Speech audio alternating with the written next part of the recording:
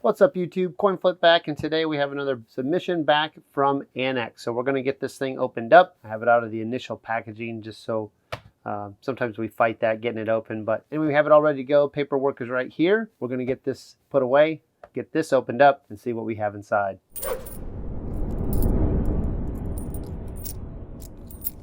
All right, let's get this thing opened up and hopefully get this to where we can't really see much. Get this stuff out of the way. All right, I think that'll work. Just want to get it to where you guys can't quite see, I can't see, and kind of go over. So this box, this submission was a complete random thing.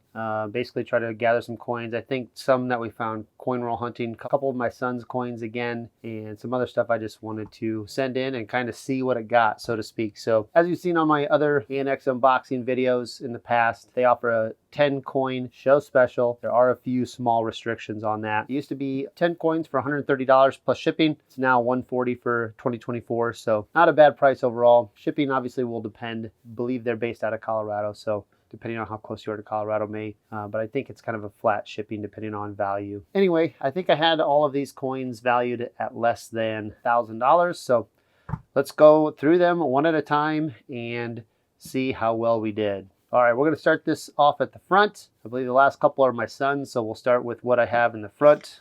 If I recall, yeah, this is a Morgan, and this one just has some mirrors on it, and you can't get the mirrors unless you get a mint state, so I know it's kind of a stretch. And see if we can catch some of that here, but you can kind of see it. Obviously, it's hard with the plastic, but anyway, decent luster on the coin.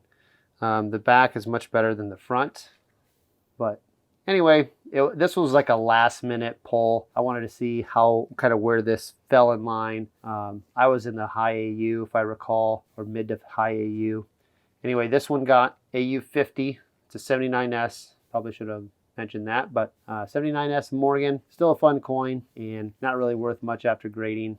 I think this is probably one of the cheaper pulls from a coin shop. And anyway, it in hand, it definitely has mirrors, but that was in its prior days, so nonetheless, that's what it is. And again, I'll put the value right here.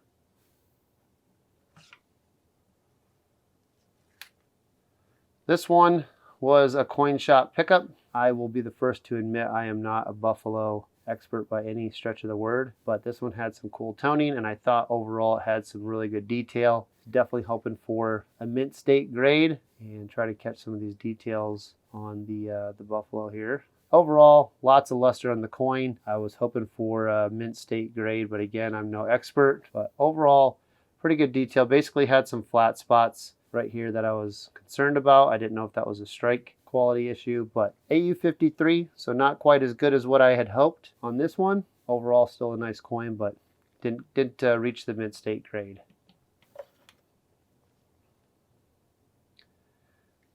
This one, I believe, was a coin roll hunting find, and this is a 64 Denver, and again, lots of luster on this coin. But overall, this coin has a few hit marks on the cheek here, a little bit by the TY and Liberty, but overall, really nice coin, lots of detail. MS63, so I was hoping for a 64 if I recall.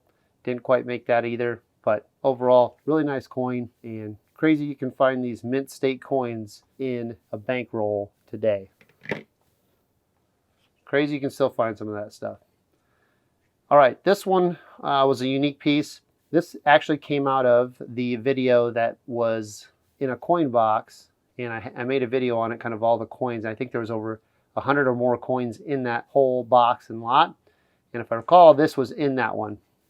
And so we have a 1960 small date proof cent, and just knew it was pretty good overall, so really happy with that.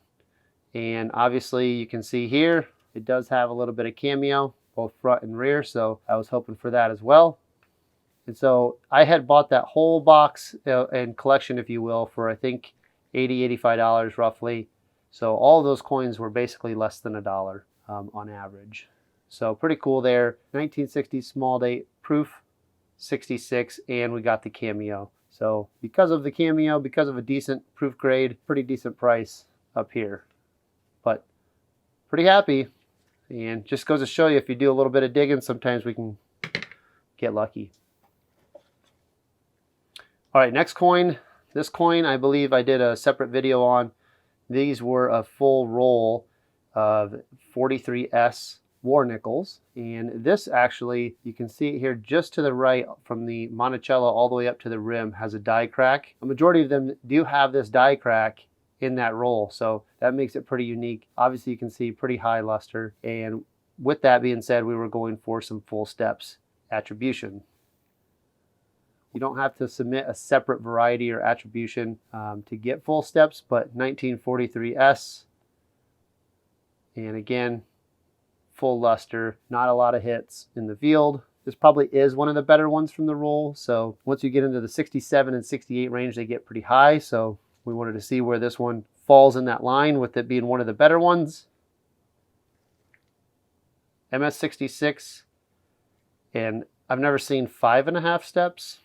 So usually full steps is at least 5. Some will designate 6 steps, if you will, also. But pretty happy with that grade. MS66, 5.5 steps. So pretty cool on that one. And again, we have a full BU roll. I would say 30 to 40% should have full steps in that roll. So pretty happy with that. That's a good indicator of some of those in that roll. And decent value for that coin. I believe this was in the same auction box as the proof scent we just did a few coins ago. But this one had some crazy toning. I don't know if the camera will catch it. It's going to be hard to do. It basically has some of that cobalt blue at the top of the coin. You can definitely see some full luster here, so I think that grabs it pretty good there for you. Very good looking wheat cent. This is a 1909, not an S, not a VDB, just a 1909 Philly in mint state condition. Wanted to see how well or what grade it would get. Obviously and I'm not an expert on these either, but as far as the cutoff between brown, red brown, obviously red is pretty, but that red brown is kind of a very subjective, I feel like. And so I thought this could possibly get it, especially seeing that full luster and some of the toning. But MS65 brown, 1909. So overall, pretty good price. Happy with that. Was really hoping for a red-brown designation, but we will take that one. We'll put the price right up here in the top left, but let me know what you think of this one, especially for what we paid for it. I'm pretty happy with that overall.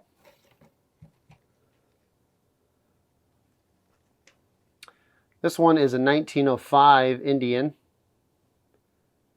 and this one I got on an online estate auction, which I do with a lot of my stuff. And again, pictures can be deceiving, but I thought this one looked like it was in pretty good shape, and judging by the other side when we show it here to you, well, it looked like it had full liberty. The denticles around the rim looked pretty good and solid and intact, so it looked like a pretty good coin overall. And again, I thought it was a nice coin and wanted to see what that would grade. Obviously 1905 isn't a very desirable year, but one in high grade can be. So, and I don't really have any in high grade, so I was happy to send this one in as well. And we got MS63 brown. Cool thing about this, again, I think I got a stellar price on it, probably around the $5 mark, and then of course grading fees, so maybe $20 all in. Pretty happy with that as well. So took a couple L's in the beginning, and so far not doing too bad.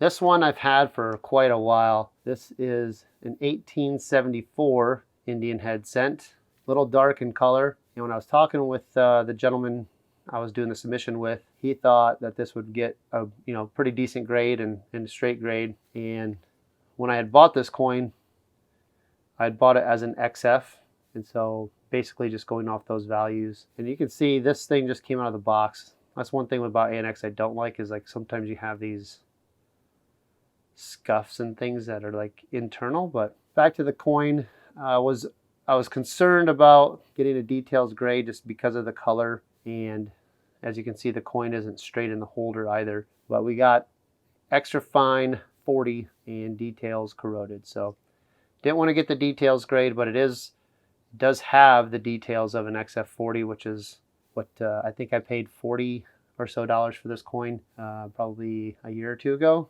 and just thought I just kind of been hanging on to it in the flip and wanted to see what it would get. I put this thing under the scope, and I probably should have done that before I set it in, but it's pretty apparent. It's hard to see and catch here, but it's pretty apparent it does have some corrosion or a little bit of pitting. So a little bit unfortunate on that one, but still happy with the grade. Last two are my son's. This one is a shield nickel, and this is one he picked up from our local coin shop. And in the flip, it looked pretty good shape overall. And we got it home, got it under the scope, and did some investigating and found basically there was an issue under, it's actually on this side, under the S, as well as up here in United States. There's basically missing portions of the letter or letters. And so we did some checking and found out that this is an FS 904 that he picked up from the coin shop, I believe for $25, if I recall. And after the grading fees, of course, you know, you're $40 or so into it, maybe 45 with the shipping. But that being said, basically thought it was in pretty good condition overall. Ended up getting the Shield FS904 reverse of a 68 with that designation that we mentioned. VF25 details corroded. So I think based off the value of this coin, I think, you know, and once we can actually sell it because it is details, you know, I think he'll be still happy with the grade, but it's too bad we got that. But thought it would get a little bit higher, the grade. Has most of the lines in the Shield. And again, some of those lines, it just looks like a weaker strike. It doesn't really look like wear. So I didn't think it was that low of a grade when we looked at it initially, but that's just us kind of learning along the way. So thought we'd show you that one. But overall, pretty good looking coin. I know he's still going to be happy with it, especially finding an error variety coin at the coin shop. And, you know, basically we found something they missed. So that's always fun. Last coin.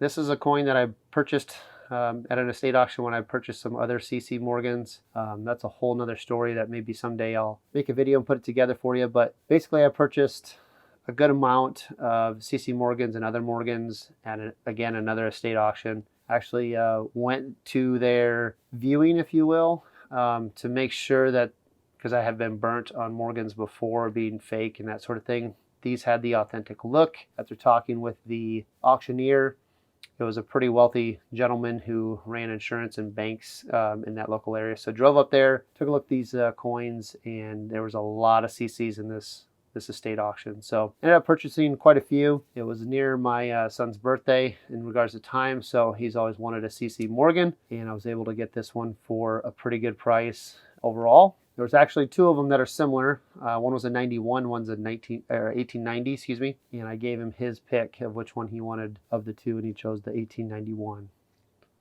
So this was a birthday gift for him a few months back.